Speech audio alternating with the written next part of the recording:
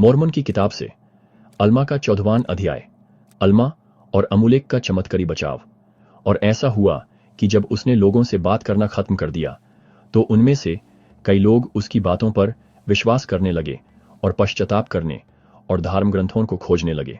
लेकिन उनमें से ज्यादातर अल्मा और अमुलेक को बर्बाद करना चाहते थे और उन्होंने उन्हें पकड़ा और मजबूत रस्सियों से बंध दिया और देश के मुखिया न्यायाधीश के सामने ले गए। और ऐसा हुआ कि जीजरोम उन शब्दों से दंग रह गया जो बोले गए थे, और वो उस अंधेपन के बारे में भी जानता था जो उसने अपने झूठ से लोगों के मनों में पैदा किया था, और उसकी आत्मा अपने कसूर के एहसास से दुखी होने लगी। जीजरोम घबराकर घुटनों के बल गिर जाता है, ये जानकर कि उसके धोखे ने कितनी बर्बादी मचा दी है। और वे अपनी पत्नियों और बच्चों को इकट्ठा लाए, और जो कोई भी परमेश्वर के वचन पर विश्वास करता था या जिसको विश्वास करना सिखाया गया था, उन्हें आग में डाल दिया गया।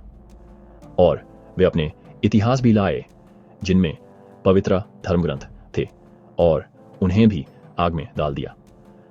और जब अमुलेक ने औरतों और बच्चों की पीड़ा देखी जो आग में जल रहे थे, तो उस भी दुख हुआ और उसने अल्मा से कहा, हम इस भयंकर दृश्य को कैसे देख सकते हैं?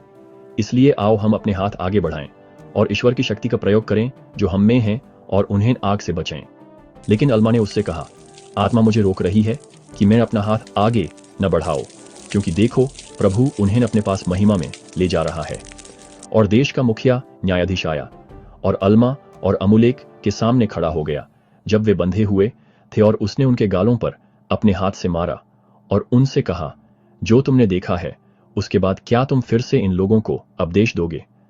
और ऐसा हुआ कि उन्होंने उनसे खाना छीन लिया ताकि वे भूखे रहें, और पानी छीन लिया ताकि वे प्यासे रहें, और उन्होंने उनके कपड़े भी ले लिए ताकि वे नंगे रहें। और इस तरह वे मजबूत रस्सियों से बंधे और जेल में कैद थे।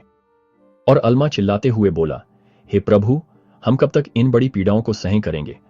हे प्रभु, हमें हमारे विश्वास के अनुसार शक्ति दे जो मसीह में है, यहां तक की मुक्ति तक।